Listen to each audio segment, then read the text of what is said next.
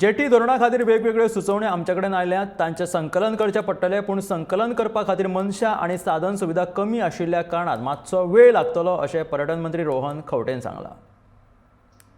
Policy, there have been too many suggestions and things that have been received. So compilation is on.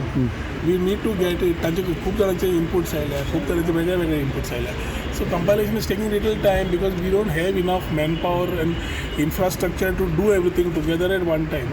So minute something is up, we will come back to you. Till then, right now compilation करून तांचे बाबा कितें आसा, खूप जणांनी एकूच library वेगळ्या लायब्ररीचे same content घाला, इल्ल्यांनी आपले इश्यूज घाल्या आनी त्याच तुमकां जे सांगलां स्टेक होल्डरांक आपण उलोवप तांची क्लॅरिटी घेवप इज व्हेरी इम्पॉर्टंट.